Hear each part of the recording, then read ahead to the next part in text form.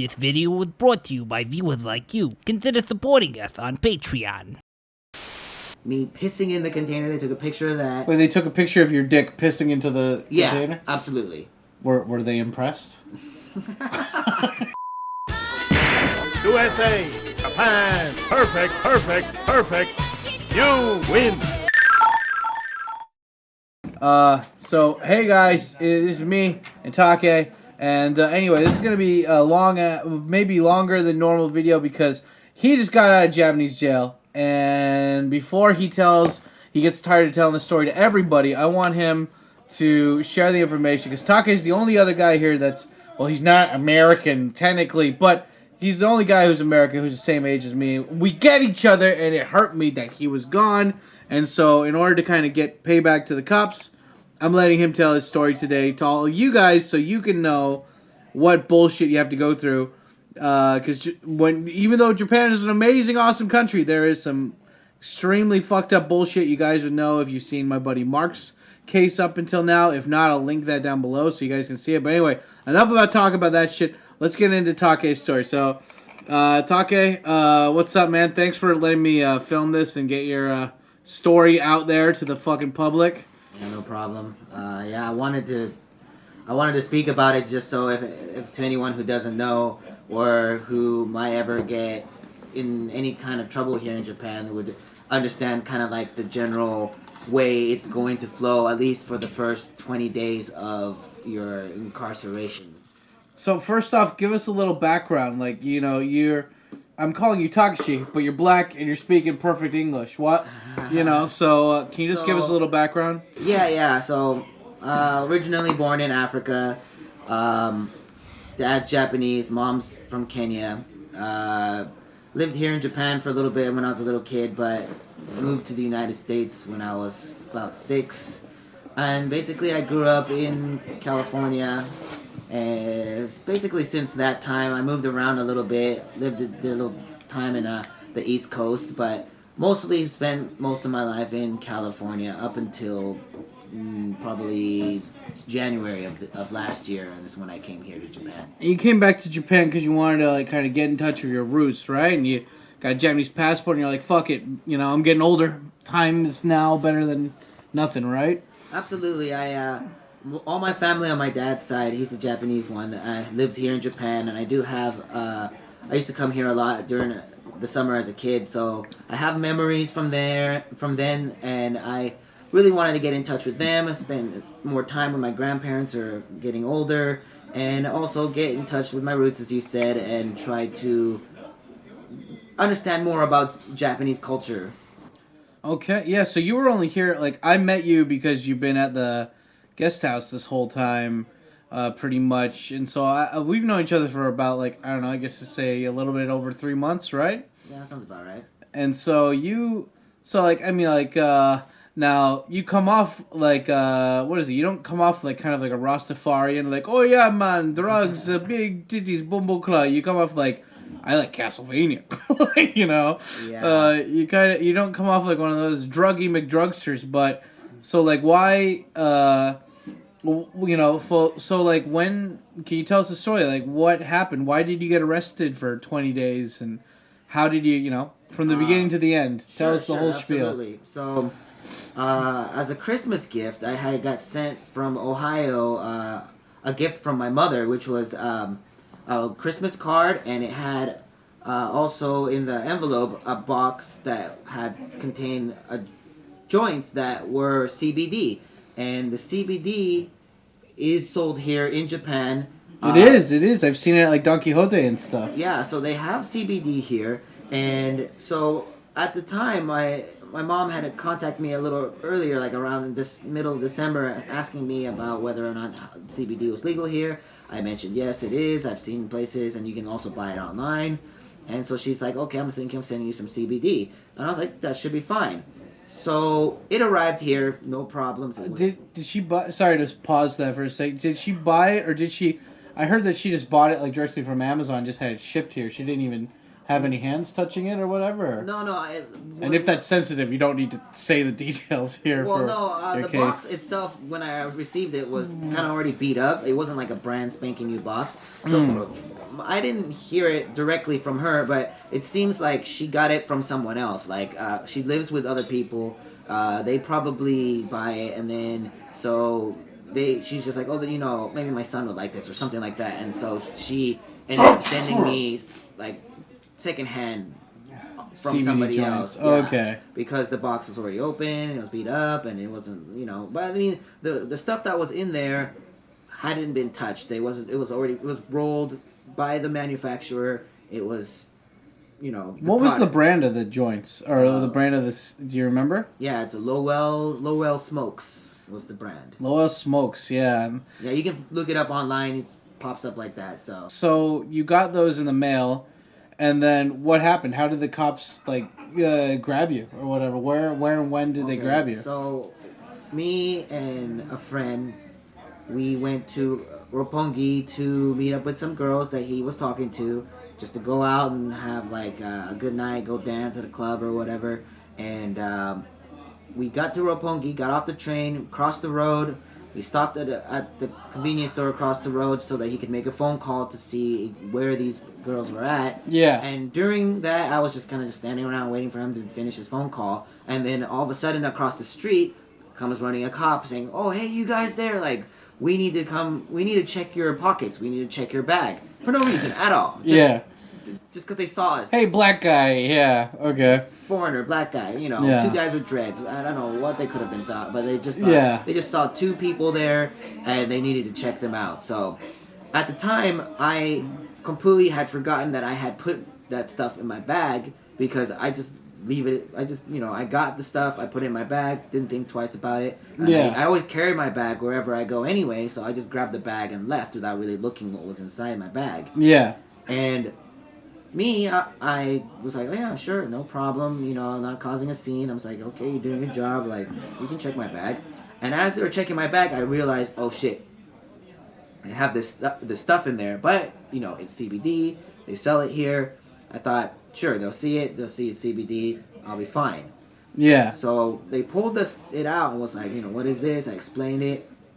And then they're like, how did you explain it? Like, what did you say to them? I said in Japanese that it's CBD. I seen this stuff sold at Shibuya at a store, and also I pulled it up online. I was like, look, this is the stuff here. Yeah. And so they're looking at each other like they've never heard of it, you know, they've never seen it. I'm just surprised in Roppongi the cops don't know about that. A lot of cops, the judges don't know. Even the lawyer I was talking to didn't know. But anyways, so they're like, well, hey, you know, it's kind of cold out here. You want to go to the police car and talk about this? And I was like, I'm not cold. I'm fine. He's like, well, you know, we don't want to cause a big scene, so let's just go into the cop car and we'll, you know, talk about it. So I was like, okay, fine, whatever. So I went in the cop car with them, and they're like, okay. So they're filming my reaction. They're filming the guy. You know, he's like, okay, I'm going to take a piece of this, and I'm going to put it in this liquid, and we're going to test to see what it is. Yeah. And he's like, if it changes color, then it's going to be considered cannabis, which is illegal here in Japan. Yeah. And so he took a little piece, he put it in the vial, and it changed color. And he's like, so you see here that it changed color. And there was like a purple and a brown. I was like, well, does the colors matter? He's like, no, it's just it changes. If it changes color, it's illegal. Did you explain to him that it might have a little bit of THC in it, but not enough to be legal? I told him that, well, CBD isn't made from cannabis. Like, it's a cannabis... It's hemp. Yeah. And so, you know, obviously, if they're looking for something that's cannabis, then, yeah, it's going to show up as cannabis, but it's CBD. Like, yeah, it's the male plant. It's not the female plant. So. Right. So, they're like, well, according to this, you have CBD, or you have cannabis, and this is illegal, so you're getting arrested. And they cuffed me at that point. Okay. And what happened to your friend?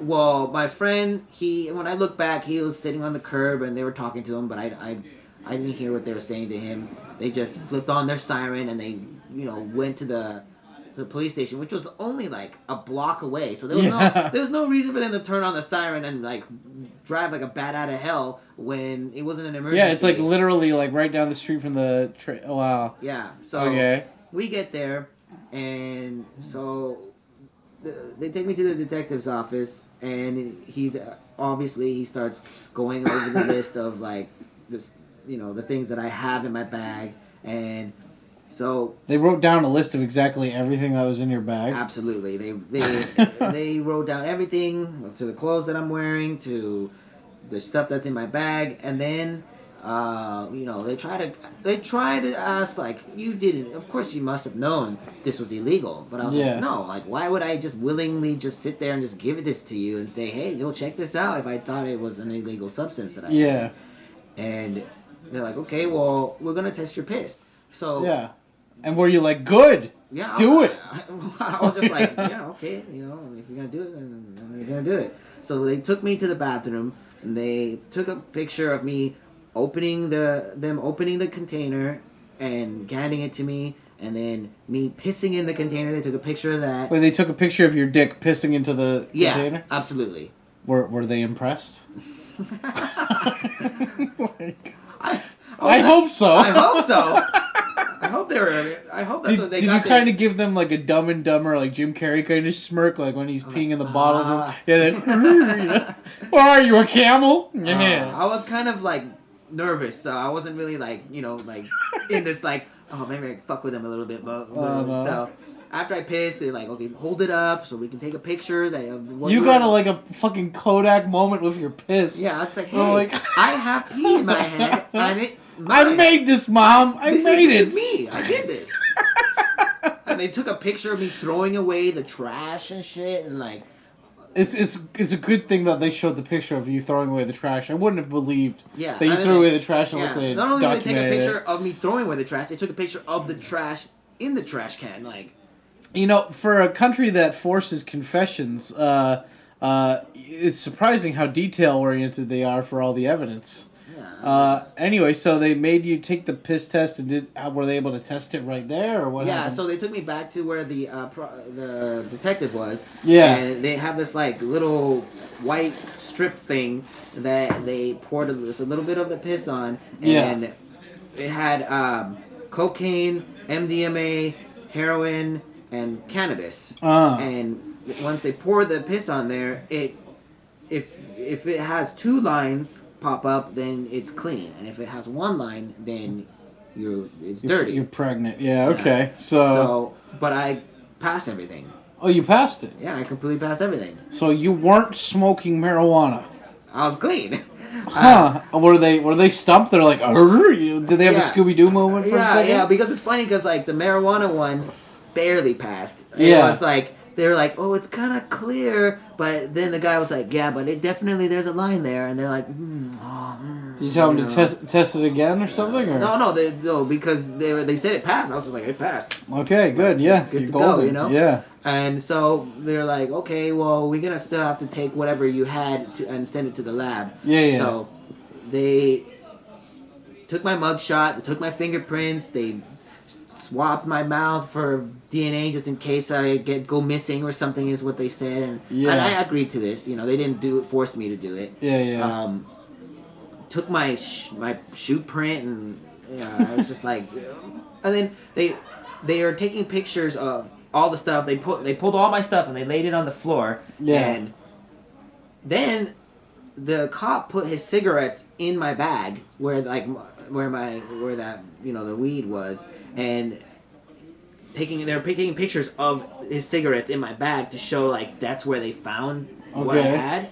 And I was like, okay, that's weird. Like, you could have just it's like all right, like they're very detail oriented. I think the Japanese police force would be a great place for people with autism.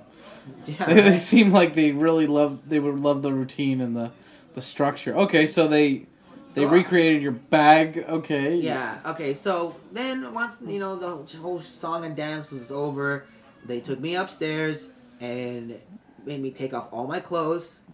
Everything. You were just buck ass naked. Yeah. No, but they gave me like a hospital gown before I took my underwear off, and then they checked my clothes and everything, and then they made me turn around and they were just checking out my ass and shit. Oh, did you pull your cheeks apart, or did they pull? They did that. Did they give you a little tongue, or no? They give me a little. They were just like, okay, we feel a little bad. Here you go. It was like just like, okay, that's good enough. And so I was like, okay, that's pointless. Like, you know, like if I had something up my ass, you wouldn't have seen it because obviously it's not gonna be sticking out. But anyways, you know, they did the minimalist shit, which I'm glad they didn't, you know, put a finger up in there. But Oh, by the way, if any of you guys ever get asked to have them check your asshole, like, do it and, like, double down and, like, get angry at them when they don't do it. That, like, fucks cops off immediately. When cops have tried to check me for my bag before on the road, I always say, you can check my bag, but only if you take me into that alleyway and you check my asshole, too. And they're like, what? And I'm like, dude, there's nothing in the bag, but there is something in my ass, and I want you to check it out. And then they'll usually back out. Like, the whole thing is, like, you really got to double down, like, you're hitting on them, and be like, dude, listen, okay? Like, I didn't want to say this, but my boyfriend broke up with me recently, and, like, I need this, please. And they've always fucked off for me. I would love to have seen that. I'm just saying, double down on the homosexuality. Okay, I'm sorry, Tiger. Continue. So, after they checked your asshole, So, then they're like looking through my clothes, and they're like, okay, well, we have to say what you're able to wear inside the cell and what you're not allowed. Yeah. So they took everything except for this gray shirt that I'm wearing currently. Yeah. And my underwear, and then they gave me gray sweats, a gray sweater. And they wouldn't let me wear my socks because they said it was too long. Like I had long socks, so like no, you know, because I might choke myself out with my socks because you know that's what I would do. What happens. Yeah, you totally kill yourself over some butt. They checked my butthole. I'm so violated. Okay. So and then they gave me some like hospital slippers to wear, and then they carted me off into the cell, and then so. Were you by yourself in the cell? No, there was one Japanese guy and one Chinese guy, and oh shit. They had both been in there for at least like 5-6 months. Oh shit, 5 or 6 months in that fucking Roppongi Police Station. Yeah, a detention center. It's not even detention center. Technically, it's not even jail. It's a detention center. But they were like, what floor were you on? Do you remember? Yeah, I was on the 3rd floor. Wow. So how many people? Like, how many cells were there on the 3rd floor? Well, there was at least probably like 10. Okay, were they all filled or were they were mostly empty. In fact. Oh really? But the first 5 had people in there, but the room capacity was 4. Okay. It could fit more than 4, but they said that 4 was the most that they put into a room. This room is pretty big that we're in right now. How big was it compared to this room, your cell? Probably from where I'm sitting to the wall, to that wall. Okay. Like, so it was quite a amount of room, about like 8, I'd say 11 tatami mats maybe. It was a decent sized room for 3 people. Yeah. So it had a metal sink that had like a sensor that made the water come out. Okay. And then it had a bathroom that wasn't like out in the open. It had like a door, but no knob or anything, and it was like you could just swing it open, and the toilet seat. How high were the walls for the toilet? Like I've seen toilets in prisons in Japan where they like only go up to your like waist, so when you're sitting down, you can still see the person's head while they're taking a shit. No, it went all the way up to the ceiling, except for like it was always like there was like a crack like this wide, from all the way down, and it went like this, and it went like that to the top. So it was just like anybody could see in if they were looking. Oh, okay. Yeah, and then there was a glass opening where if they wanted to look in, they could see from the left and in front of you. Okay, So what was the Chinese guy and the Japanese guy in there for? The Japanese guy was in there for basically like credit cards, like stealing credit card information and like pulling money out. Okay. And the Chinese guy was in there because he had faked his Zaidio card. Oh shit! So he faked his Gaijin card pretty much. Yeah. Basically, and that was his like 3rd time getting busted for not for the same exact thing. Yeah. But his 3rd time getting busted in general. Wow. And so he was in there for a while, and the other guy also had been busted a few times. How old were these dudes? The Japanese guy was the same age as me. Yeah. And the Chinese guy was like 40. Oh, wow. Okay. Yeah. So in the first couple hours, they send you to you get in the police car, they take you to the police station, they get your prints, they get your piss, they document all your stuff, they and then they throw you into a cell. Okay, so like, was that within the first 5 hours or like? I would say within the first 5-6 hours, depending. More or less, it really depends on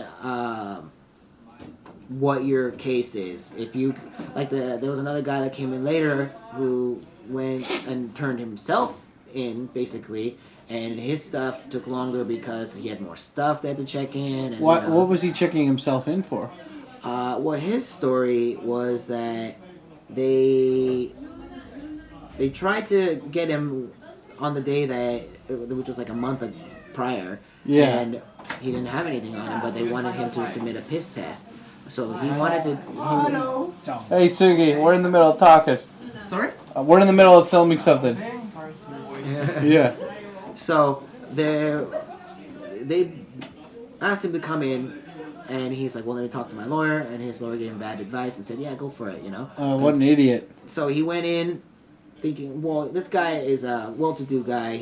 Where is he from? He's from India." Oh, okay. And he's like connected to the embassy. Yeah. He's got, top relations, and he's been in Japan for like 20 years. Yeah. And so he's never had any problems. He's never done any drugs. He's a good guy. So he figured, hey, I have nothing to hide. So Yeah. he went and submitted his piss, and they found something in his piss. And then so at first he was like, wait, what? And then so they're like, you know what? You take medication. He's like, yeah, I have a bad back. Like, I take medication. And so like, maybe it's something to do with that. We're going to send it to the lab. Don't worry about it. Send it to the lab. So in the meantime, stay in this prison cell for 20 days. No. So he said like, hey, I'm going to go to India for a trip. And they're like, that's fine, go ahead. Oh, okay. Just contact us when you get back. Yeah. So this guy comes back, he's like, hey, how did everything go? He calls him like as soon as he gets back. Yeah. And they're like, oh, you tested dirty for cocaine. And so we're going to come get you. What time should we come get you? And so he's like, oh, shit. So he made an appointment with a new lawyer because he's like, the other lawyer was shit. Yeah. And he was like, okay, like, can you please come at this time? My kids are going to be gone at school. He didn't want to, obviously, get seen. He's like, please don't come in cop cars and dress like cops. Like, we're trying not to alert the neighbors and make a big scene, So they did all that for him. Yeah. And his new lawyer showed up before the cops showed up, made sure they had all the credentials, warrants, all that good stuff. Yeah. And then he allowed them to enter his building, and they searched his stuff right then and there. And then, he was wearing a suit, and he left with people all in suits, so it didn't look as obvious. Yeah. And so when they processed him, when he got there, it was like 11, but he didn't get to actually the cells until like 6. Oh, because they were probably questioning him the whole time or something, or just processing because it? he had in his briefcase, not only his wallet, because they take out everything out of your wallet, all the money you have, everything. They're counting on money, everything you have. Wow. And then he had his laptop on him and whatever documents that he keeps in his briefcase. Yeah, fuck. So for him, it took longer because of he had more stuff that they had to do. But he couldn't pull like a lethal weapon too and be like, I have diplomatic immunity. No. Or was he not actually a diplomat or something? No, he wasn't quite a diplomat. He just had dealings with the people in the embassy, and so they knew him on a first-name basis. Okay, so anyway, he ended up showing up there the first day that you were there too? No. He showed up on like my 10th day there. Okay, so like you got checked in. So when they were checking in all your stuff, were they saying that we're gonna have you?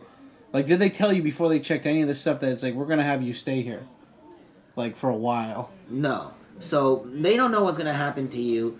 What happens is, the first day you go, let's say you go in the afternoon. Yeah. You're gonna stay the rest of the day there. Nothing's gonna happen. You're just gonna be there. Yeah. The very next day, you go into a facility where you get to see the prosecutor. Yeah. And so they handcuff you to whoever else is going. Yeah. And they feed a rope through the handcuffs, so you're roped together with the other dudes.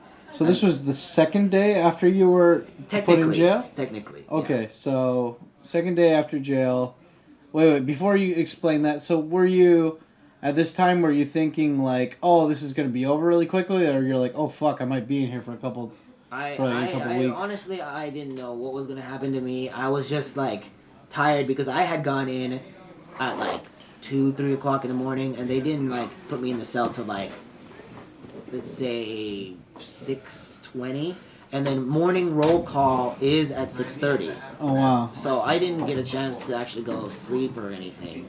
And so once they served breakfast after the morning roll call and everything, I just pretty much slept the whole day because I was just like, fuck, I'm tired. I don't want to even think about this. I'm just gonna fucking sleep it off. So they gave you like a futon and stuff, I'm guessing. No. How did you sleep? Well, like, in the cell though, there's no futons or anything, or They give you that at lights out at 9 o'clock, but Oh. at 6:30, they ask for that shit back, and you're not wow. allowed to have anything in that room aside from some books. So if you want to sleep, you're sleeping on the hardwood floors. Ah, fuck, that sucks. So you're just chilling there, and what were the Chinese and Japanese guy doing the whole time while you're sleeping? Were they reading or talking to each other, or just? A little bit of both. They're walking, a lot of people just sit there and do laps from one end of the room to the other end of the room and just pace back and forth. No. They're reading whatever. If someone brings them books, then they have mangas or whatever the fuck that they have, and they can read that, and you're allowed to have 3 books. So they just sit there and read their books. So they were just sitting there reading their books. You were crashed out, and then when you woke up, you went to go see the prosecutor, or like. Well, the next day. Yeah. Okay. So you slept all day, and then you slept all night, pretty much, and Pretty then. much, yeah. You just passed out. You're like, fuck this. I'll handle it in the morning. Yeah, basically. Like, I'm just gonna sleep today off, and I'm just gonna sleep and just try to sleep it the first day away, which I basically did. So you had to go and talk to the judge or a prosecutor or what the next day? The next day after they rope you up, they put you on a bus, and you go to where it's like the main area it's like a holding area. It's a big building, and they love to yell at each other how many people are coming, and they're yelling at each other. Like you go in one door, they yell how many people are there, and then somebody yells back at them how many people they just said that they yelled, and then they go through another door, like literally like 5 feet down the thing, and then they yell at each other, and so they're yelling constantly. You stand in. Once you get into the room, you're standing in the line. They do a little metal detector shit, pat you down. And then they explain the rules to you while you sit on a bench, and they call your number, and they put you in a cell with 12 other people.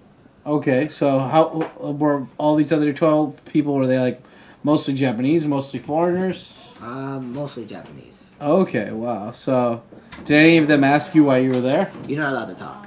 Oh, you're not allowed to talk at all? No. You get yelled at if you talk. Oh, wow.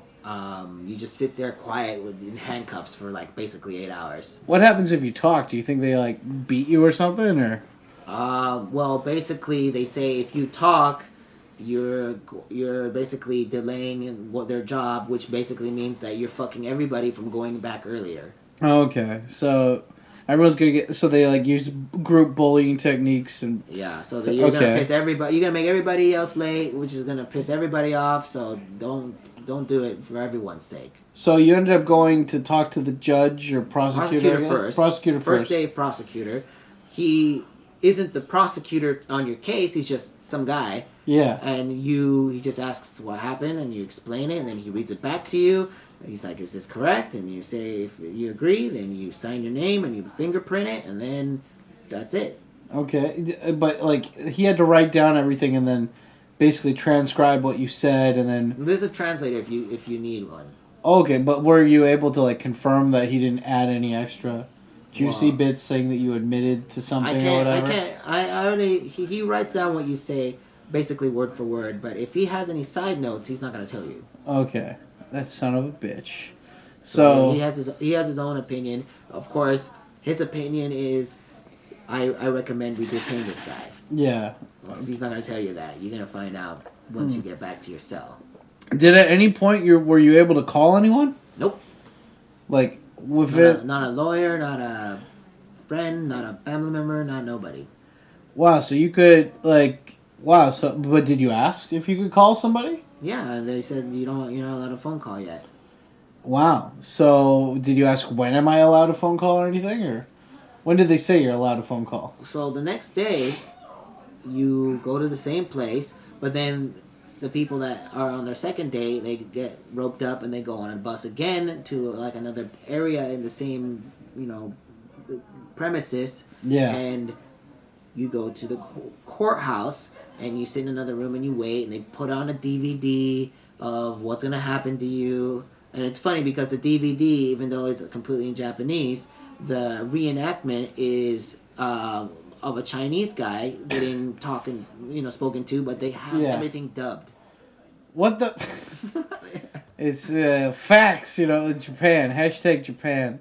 I'm like, shit. Okay. So that you're seeing this dub video. You go in, you tell the prosecutor. He says, "Yeah, well, I got your back, bro, but I'm gonna have to detain you for a while." And they say you can't use a phone, you can't call anyone. So when you go to see the judge, when you finally get the chance to see the judge basically says, "Hey, the statement you gave to the prosecutor yesterday, is it true? And if you had already signed it, then of course it's, it's pretty much salt. Yeah. So, they and each time they tell you like you have the right to not say anything that you don't want to say. Yeah. And so you're like, yeah. So what did you do? So I was like, well, yeah, the statement that I didn't know what I had was illegal. It was sent to me by my mother. I just happened to have it in my bag. I didn't even remember that I had it in there until the last minute when they were searching it, and I thought it was legal. So they're like, okay, yeah, that's what it says. All right, case closed. You out the door. And then right before that, they're like, if you at this time, if you want a phone call, you can make a phone call. Okay, so did you make the phone call? Well, I said I would like to call someone, but I can't remember the phone number, and if I was able to see my phone and at least pull out one number, they're like, no.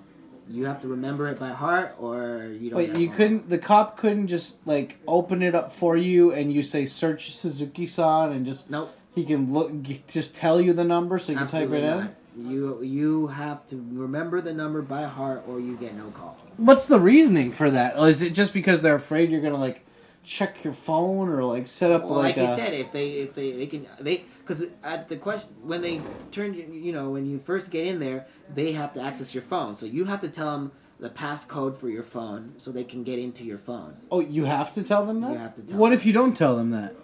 Is it what is it, contempt of court, or what do you call it, resisting arrest or something? Or? Yeah, well, the cops immediately they'll write it down that you don't want to do this and do that, and then they'll probably hack your phone somehow anyway, and so, they tell you, you're just making it harder on yourself, and you're going to end up staying more time, and blah, blah, blah. So, yeah. Whether or not that's true or not, that's what they tell you. Mm. So so they, forcibly asked you, because in America they can't even do that, right? Unless they have, a warrant. Well, because in my case, they caught me with something. They don't need the warrant. They have the reasonable doubt already. Okay, so... fucking racist. So they, so they said, you can make the phone call now, but unless you know the number by heart, you're fucked. And so... Anyway, but you ended up making a phone call or something, didn't you? How did that end up working? So, after the phone call bit, they asked me if I if I have a lawyer. Yeah. I said, no, I don't have a lawyer. I don't have the money to get a private lawyer. So they're like, well, we can assign you a public defendant. I signed up for that after I told them how much money I have on my bank account and in cash in my wallet. And they write that shit down. Boom. You wait another couple hours, and then you end up going back to your cell. Depending on who you get assigned, sometimes they're shitty, sometimes they're good. The guy I got was pretty diligent. He came that very same day, a young guy with an interpreter, and he asked me, he said anything that we say between us in this, it's like they put you in a room where there's glass and the little holes, so you can so speak. It's one of those instead of in America, you just have the phone. Yeah. And then have to pick up the phone on the other end. Instead of a phone, it's just a little, it's like you're speaking to what's it, a bank teller? Bank teller or something. Yeah. So you do that, and he's like, anything you say here is confidential. You can tell me anything you want, and it doesn't have to be anything that you told them.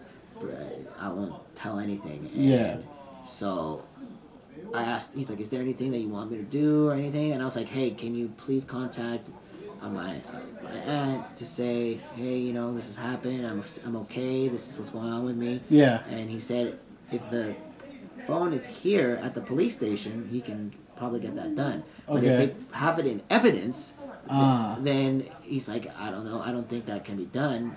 I can only ask. Okay. So I told him the name of my aunt and which phone had it, and you know how to look it up and everything, and but he wasn't able to do it. Well, so if there's a big point to be made here, it's that if you're in Japan for any reason, always have at least one phone number memorized. So if you get stopped by the cops and you're in a similar prediction or a similar predicament. I cannot speak ego, but So if you're in the same kind of a problem, pretty much situation, like you go and gotta know that phone number. So And the address, because that's a big thing too. the address too. Yeah, and they'll ask you where are you staying or living, what work you do, and your number. Oh wow, okay. Huh. Well, so okay, so you they the judge basically said, "Okay, you're kind of like yeah, well, we're still like what did the judge say? Like he said like we're going to hold you longer and you get a phone call or like Well, basically, after the judgment came and they wouldn't let me make the phone call or anything, he had me wait outside, and then the actual paper that he authorized and gave his hanko on says that I have to stay for 10 days because of I'm a flight risk and that or I will tamper with evidence, which is basically a generic thing that they do for everybody regardless of what it is. So did you go back to the Roppongi Police Station after that? Yep. Okay, so but your aunt ended up getting in touch with you anyway though. How did that happen? Well, she reached out to the guest house and was able to get a hold of you. And then she found out through you guys where I was, and then she came on her own accord. Yeah. Because of that. And then I was surprised even to find out that she was able to find out where I was, because I didn't have any. It wasn't through anything that I did. It was because of you guys that she ever even knew where I was. Yeah, so like Takeshi's aunt is a great person. She called the guest house, and only one manager knew what the fuck was going on, and the other manager didn't. And he's like, "What? Yeah, do you know where Takeshi is? I cannot find him. I'm French." And then, so I was like, "Yeah, okay, give me the phone." And I was telling his buddy that he went to Roppongi with that night. I told him that like that guy. He basically said, "Should I call Takeshi's aunt? I have her number." And I was like, "Dude, like wait like a week or two. If this stuff just slides up, Takeshi could just say he was sick with diarrhea, and they don't ever need to know that like he had issues with the cops." And so that's. But then when she called, I was like, "Okay, it's been a week. I should tell her now." And so I told her over the phone that you were at the police station in Roppongi and that you got caught with CBD joints that your mom sent, and that's all I know. And it's okay. So it's funny because I wanted to go see you. But the cop that they put me in connection, or what was it? They connected me with over the phone was such a fucking prick. I asked him, I was like, I want to go visit my friend, and I had gone to the Akihabara police station to ask them what's like the step-by-step way of meeting you, and they're like, well, you just got to call and then tell them you're going to show up that day to meet you, and then they give you the okay, and then you go. And the Roppongi police station wouldn't let me do that.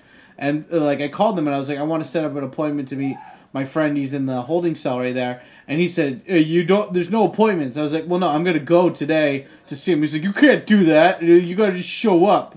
And I was like, no, can you just tell me like if it's okay to see him or not? I'm the guest house manager. And he's like, no. You got any more questions? And he's like, do you got any? Soro yoroshi desu ka? Sora yoroshi desu ka? Yoroshi desu ka? And I was like, Mara watte nai yo, kono yaro. And he's like, nanda to? And I called the police officer a fucker pretty much, and I was so emotionally run up by this guy that all I could say to him was like, "Anata title cycle." He was like, "Your attitude good," and he was like, "What?" And I was just like, "Fuck you" in English. I hung up.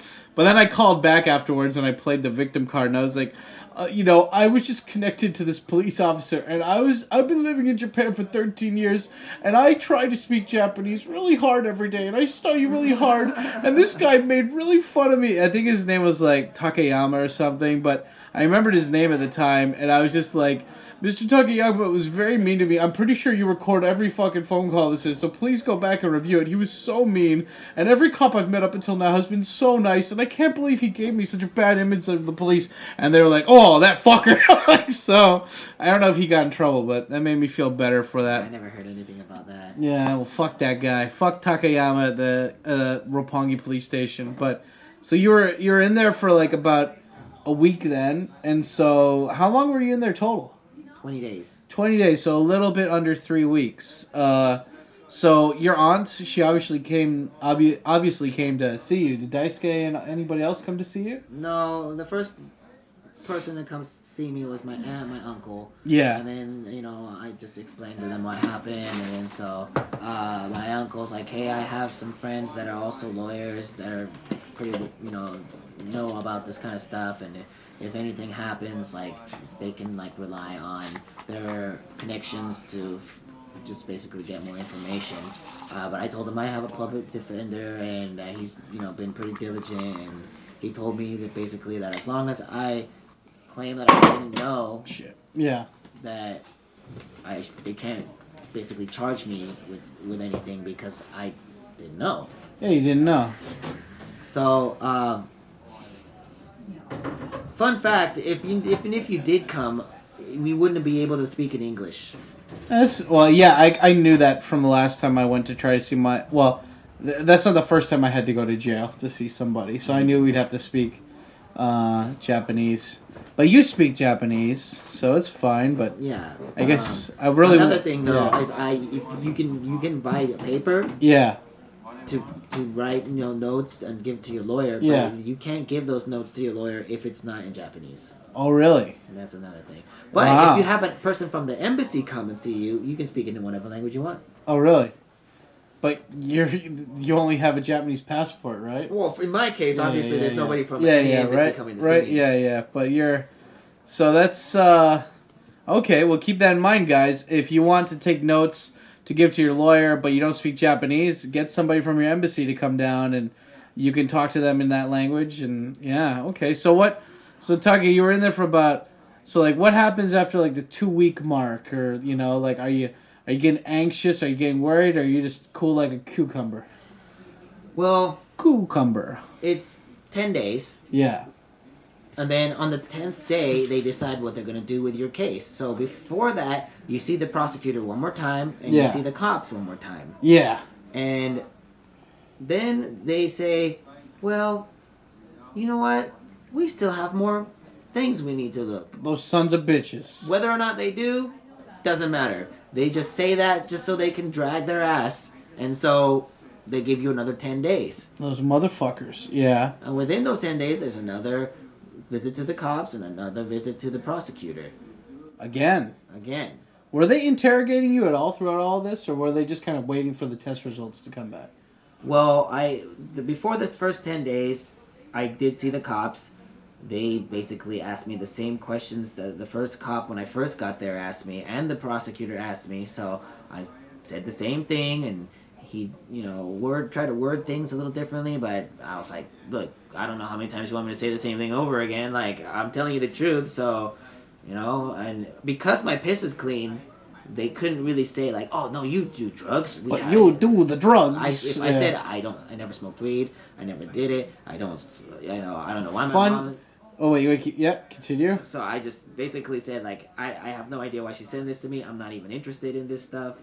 Nice. And I had only one in there, and I just stuck to that story. Nice. They, what was it? I told, as a side note, guys, if you, if you get stopped by the cops, and they do piss test you, and you have weed in your system, weed is the only drug that you're allowed to have in your system, I think, for the most part. If you have cocaine, meth, or heroin, or anything like that, they can arrest you on the spot. But if you have weed in your system, they can't do shit. It's only if you're holding weed. If you're holding McNeil, Holden Caulfield, then you're fucked with weed. But you can have weed in your system. Yeah, I found that out when I went to go to the cops to talk to you. So, but if you have anything else in your system, you're kind of fucked. So, you go. Okay, so you're just living your day in and out. What's the daily routine? You're waking up. 6:30. You wake up. You fold your blankets and your futon, and then you put it in the little cubby that they have with your number. Then you grab your toothbrush, you put some toothpaste on it, you put the toothpaste back in the little locker that they have, you grab a soap and your towel, and you head back into your cell. You brush your teeth, you fucking, wash your face, you do your thing, and then there's like a little hole where they have like a opening where they collect that shit from, because you're not gonna get out. You don't get to get out after that. How often are you allowed to shower? Once a week. Nice. That's the same as what I do now. No, there's a joke. He'll vouch for me. It's not true.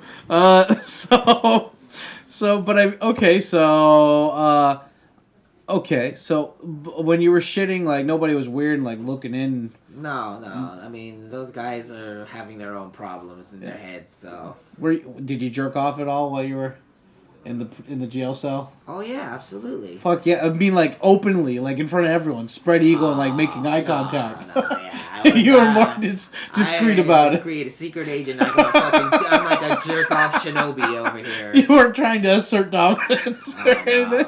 No. Making eye contact while just jerking it.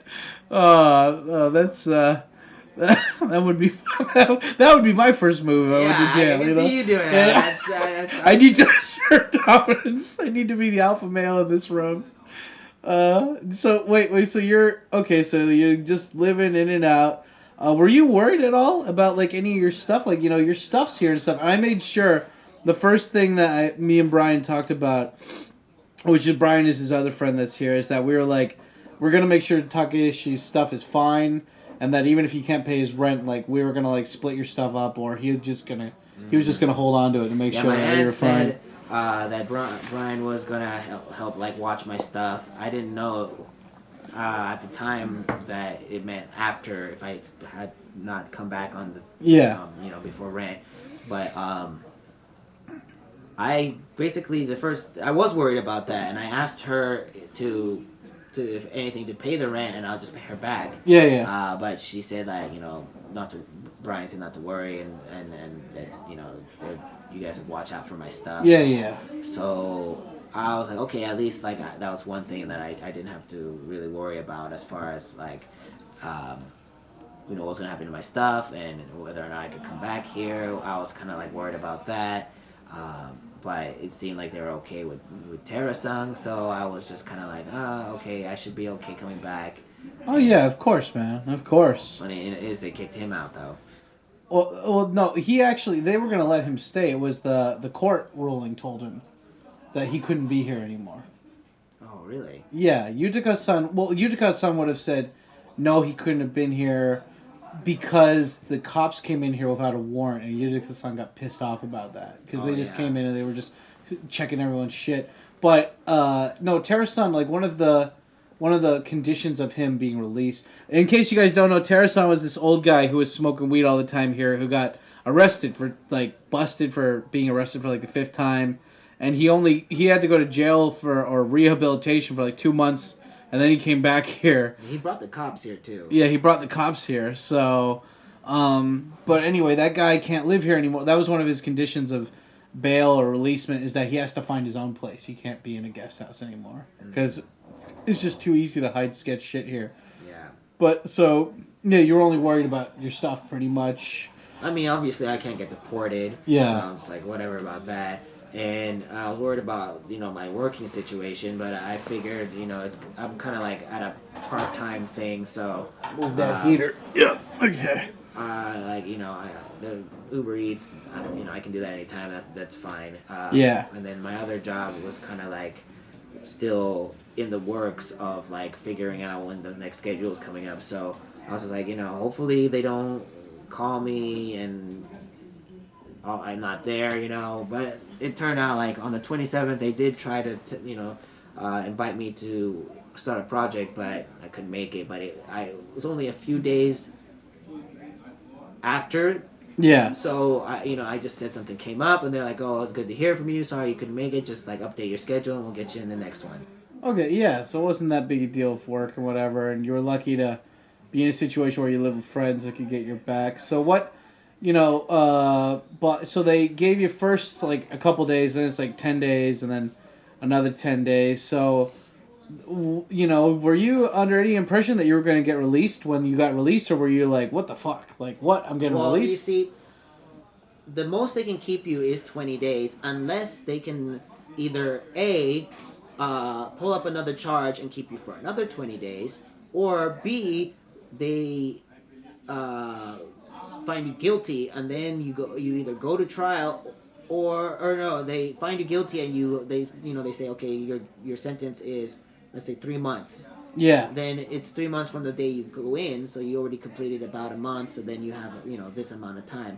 And it's only 3 months if you don't have money. If you have money to post bail, then you get out, right then and there. So you, okay, so, but you didn't have bail, or money, so you couldn't post bail, but what, okay, but I mean, so you got released, though, like, why did they release you? Like, what was the... Well, basically, since my case in particular was unique because, one, they couldn't prove that what I knew was illegal. Yeah. That was the big one. And two, I was completely clean.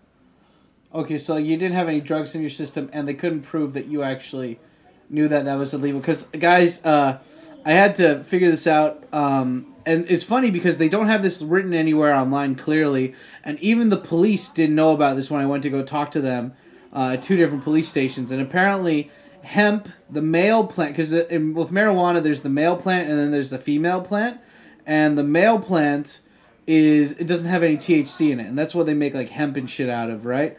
But in Japan they have a bunch of CBD products now, but you can only make those from the stems and the seeds. But in America, you're allowed to make them from basically the whole plant, so from the leaves to the flowers, basically anything on the plant, because it doesn't contain any THC. So it's not illegal, because in America, I guess they ban, what is it, like the, hemp and like hemp products are allowed to be sold as long as they don't have any of that THC chemical in there. That's how they prove if it's illegal or not. But in Japan, they don't have that clearly written anywhere. My brother works for a CBD company in Colorado, and him and my friend from back home in Colorado are selling CBD products in Osaka right now. So I called my little brother. He got me in touch with my friend, who I already had on Facebook. I forgot about it, so I messaged him. And actually, that was the friend that I was trying to hook you up with if you went to Osaka, that knows Osaka really well. Okay. And so I called him, and he basically told me all those rules, because basically each time he imported stuff, they kept it at customs, and he had to go and actually clarify with them, like what is allowed and what's not. And he had all the shipping invoices and everything, so they knew exactly what was coming each time. But anyway, he's the one who clarified, yeah, man, if your friend got caught with the flower part of the instead of the stem or the seeds, he could be in some serious shit. Unless, he didn't know that it was, or unless he knew it was illegal. But, like, we did a Google search together, and, like, we couldn't find shit. So it's obviously very new information that's hard to find. So, anyway, so, like, the day that they released you, like, tell me, what kind of day was that? Like, what happened? So that was today. Oh, shit, yeah, that wasn't yesterday, that was today. That was today. Oh, so, shit. Yesterday, Congrats, yeah.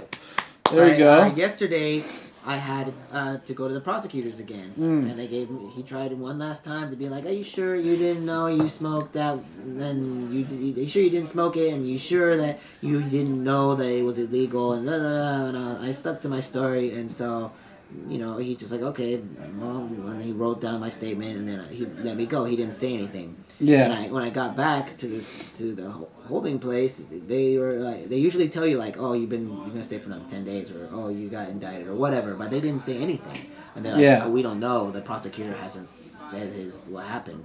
So they're like, "You have to wait till tomorrow."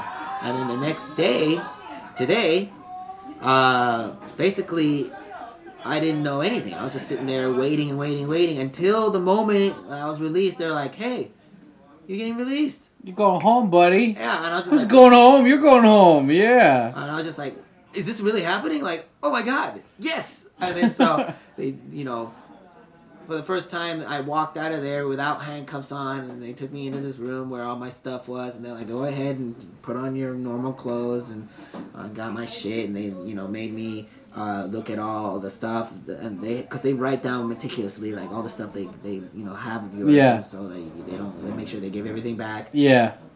Then the last stuff was the stuff that the police held on to search, my passport and my phones. Yeah. And so they took me downstairs to the detective's office, and they gave me my phone and my passport, and then they had me sign for that, and then they walked me out. And you just took the train home. Holy shit! So what time did you get here today? So I left there around 9, and it takes like 30 minutes, so about probably like 9:35-ish. In the morning or evening? Yeah, in the morning. Oh wow. Okay. Who was the first person you talked to here when you got back?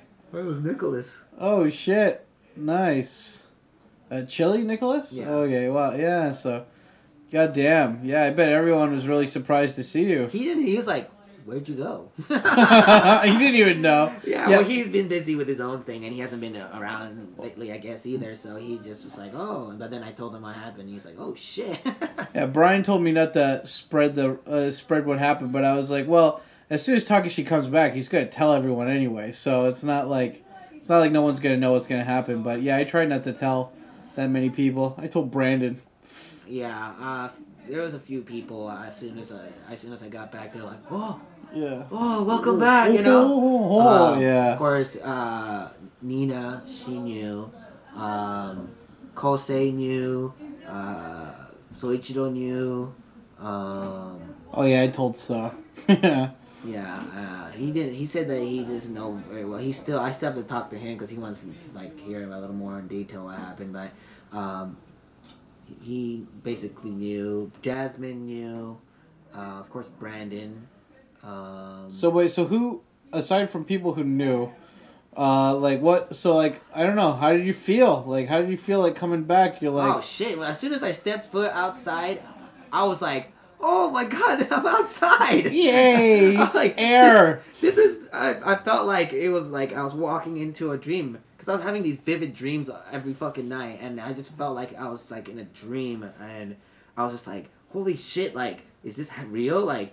Oh my god! And as my first thing I did was I called my aunt, who you talked to, and I was like, and she saw that it was me calling, was like in tears on the phone, and was like, "Oh, omedetou, omedetou," and I'm gonna go see her tomorrow and stay the night over there. But and so she's just like, "Oh, I'm so happy that you're out, congratulations." And, that's nice. and so I was like, "Thank you so much. I'm sorry that I made you worry." And then she's like, "Yeah, it's okay. Like, I'm just glad that it worked out. I was worried for you the last night, and I'm sure you were." She was thinking like, "Oh, he must be worried because he doesn't know what's going on either." And yeah, you got a good aunt, man. For a second there, I was worried it was like your grandma. I'm like, no one should be telling his grandma what's going on. Like, fuck. My grandparents don't know, and they're not gonna know. Yeah. I was like, because when she said Oba-chan, I was like, is this Oba-chan or is it Oba-chan? So I didn't know on the phone, but I was just like, well, somebody needs to know. But well, so now that you're out, Takeshi, I'm sorry, but I do have some bad news for you, and that is that I played and beat Castlevania Aria of Sorrow while you were gone. Is that the 64 one? That's the Game Boy Advance one. I don't know. I played it and I beat it. I wanted to do it when you were here, Takeshi, but I couldn't wait any longer. I missed you and I missed Castlevania. I had to play it, but the Let's Play is on my channel, or the live stream recording is. Shit, so now that you're out, man, like, what do you want to do? It's gonna be February tomorrow. Like, what's your plan? Like, what's the plan for the next month of the newfound Scottish freedom? Well, I did want to do something similar to this, and like I have a YouTube channel that I haven't really done anything with, so I wanted to basically put my story out there as well through my own channel. And I also wanted to maybe reach out and to maybe a few people that have also gone through and like just type my story out and let them just basically tell my story out as far as that goes. But aside from that, hopefully I can just start working again, pick up another. Hopefully, I get a call from that place. But other than that, like I want to start like whether it's teaching English or doing something. I want to start like getting back in the swing of things and making some money and getting out there and just exploring Japan and not getting in any more trouble. Yeah. What? So I mean, I guess if that's great, man. I'm happy to hear that you're back and like it was. I don't know. Maybe other people didn't feel it, but I felt a big hole. You not being here. I remember Masato he put the standing table there one night, and I was like, "Don't you fucking dare! Takeshi's coming back soon, you son of a bitch." Like you move that shit right now. That's why there's just that stuff there at the moment. But Wow, that. yeah. Okay. But I know. I was thinking in the back of my mind. I'm like, oh, dude, I was doing the kanji like. yeah. And I'm like, oh, it's gonna be so backed up. I was Yeah. like, oh. Your SRS is gonna be backed up, man. You gotta jump on that kanji. Yeah. It's gonna be like, oh, you have 400 kanjis to review today. I was like, oh shit. Gotta jump on that, dude. Yeah, Fuck. Yeah. So I guess is there any, like off the top of your head, like what's just some advice that you would give to anybody who's coming to Japan or thinking about living here? Because you're technically a Japanese citizen and you still went through this shit. Do you think that you got a lighter, like kind of like sentencing or what is it, a lighter punishment because you're Japanese legally? I don't think so. As long as you have a valid visa and you have a valid reason for being here, you should be okay. Now, the only thing that I got lucky because I'm Japanese is because they can't deport me. And so you might be looking at the deportation depending on what it is you've done. Okay.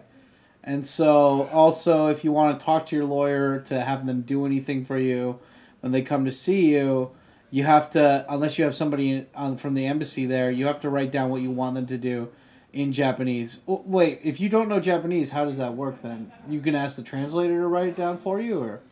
You just basically can't write down anything to send to the police or to the lawyer.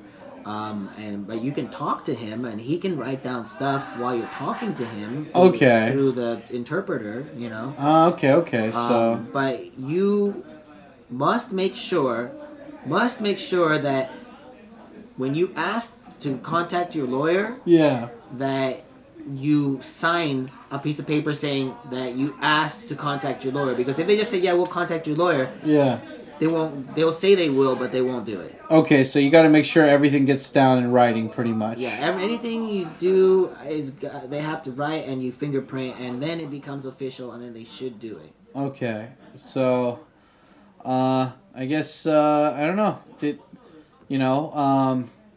What's your Yelp review of the of the Roppongi Keisatsu show, the Roppongi Police Station? How many stars on Yelp would you give that? I'll give it a quarter star out of 5. The wake up call service was shitty, and the room service was horrid. You get cold bentos and then lunch is just 2 loaves of bread. I mean, the anal sex isn't even that good. Yeah, they didn't even kiss you afterwards. No, they just didn't even. They said they didn't love me.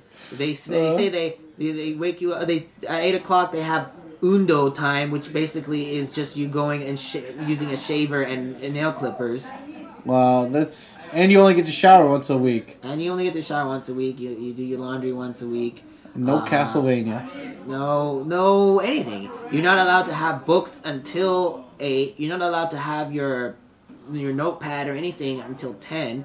At nighttime, you're not allowed to have a book or anything. Wow. You have to give back everything. Like, I had a hair tie, which I had to justify the reason. And when I'm like, I have long hair and I want to tie my hair back, they're like, I don't think that's good enough reason. I was like, What else do you need? Like, it's a hair tie. What do you think I'd use it for? I'm sorry, sir, but I'm going to have to ask you to lower your voice. I'm not talking loud. Yeah, basically they did that same shit too. If you want a mask, you have to be like, I'm sick, I'm dying, or else they'll be like, no, there's no justified reason for you to have a mask.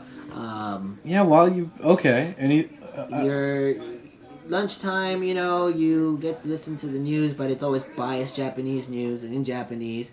They won't give you anything written. They'll pass out around the newspaper, but it's of course 100% Japanese. Yeah. You only can get an English newspaper if you get your lawyer to send it in. So you basically, but I mean, it must have been great for immersion. Yeah, no, I was like, oh, I can kind of read this. I understand kind of what's going on. So I was like, hey, I went from not understanding anything to, oh yeah, I understand a good chunk of this. So it was nice. You were put in Japanese immersion boot camp for 20 days, pretty much. Yeah. You must have been. Did you hear about that crazy Chinese virus that's been out now? The coronavirus? Yeah. Everybody's talking about that. That happened while you were in jail, though. I think that like started freaking out as soon as you were. The Chinese guy would always read the newspaper, and he can't read Japanese, but he's Chinese, so he understands the kanji. Yeah. And so he was like, what's the Japanese word for pneumonia? Influenza. No, pneumonia. Yeah, it's like high end or something. High end. And he's like, oh, high end, and I looked it up, and I was like, oh, pneumonia. And then the Indian guy that came in was like, yeah, there's a coronavirus going on, because he came in like 10 days after I was in there, and so he like enlightened me on what was going on with that. And when I started reading the news, I could see like, oh, now this many people dead and this many people sick, and every day it was like it's more and more. Yeah. So yeah, and it's a worldwide epidemic right now. Yeah, right. So you came out right as the beginning of that Outbreak movie starts. Yeah, so. right. Well, I guess anyway, Takeshi, I guess we should wrap this up. But thanks so much for sharing your story with us, man. No problem. It's good to see you back here. And yeah, guys. I mean, I don't know if Takeshi will make. I'll make him make a social media page by the time I release this, which is on Sunday. So. You guys can go over, follow him. You can ask him questions or whatever. I have a social media page. Oh, well, what is it? Tell him. My Instagram is Takeshi Mode. You know, like Depeche Mode, but yeah, Takeshi Mode. Just spell that for him. TakeSh and MODE. Okay. Yeah. I do have a YouTube, but I don't really have anything really up yet. I have 2 YouTube channels. One is like a more personal one, and then I have one that I'm gonna start doing stuff with. But yeah, basically you can reach out to me on that, and then of course my Facebook, which is just my name. It's just Takeshi Kubota. So I mean, I'm the only black dreadlock Takeshi Kubota that you'll if you type my name in, you'll be like, oh, look at all these Japanese guys. Wait, this guy doesn't look very Japanese, and that's me. There you go. Awesome. Well, anyway, dude, thanks for letting me interview you. Good to have you back, and stay out of trouble, kid. You don't get your hands cut in the cookie jar full of ow. Oh, I just got a Charlie horse. Oh, crampies. The crampies. Oh, anyway, I gotta finish this. Anyway, thanks, Takeshi. Talk to you later, dude. This hurts. Oh, the pain.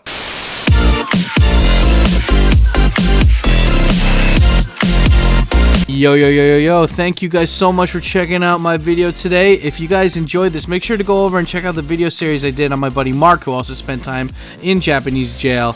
But anyway, like always, I want to give a big shout out to all of my top tier patrons over on TkyoSam, or was it patreon.com/TkyoSam, and they are Char Cheesy, Amanda Miller, Bino Grippo, Kimberly Sager, A Devoid, Matsuda, Metal Fang, Polar Link, and Shinu. Thank you guys so much. Google AdSense pays absolute dog shit, and I love the support. And anyway, I'll see you next time.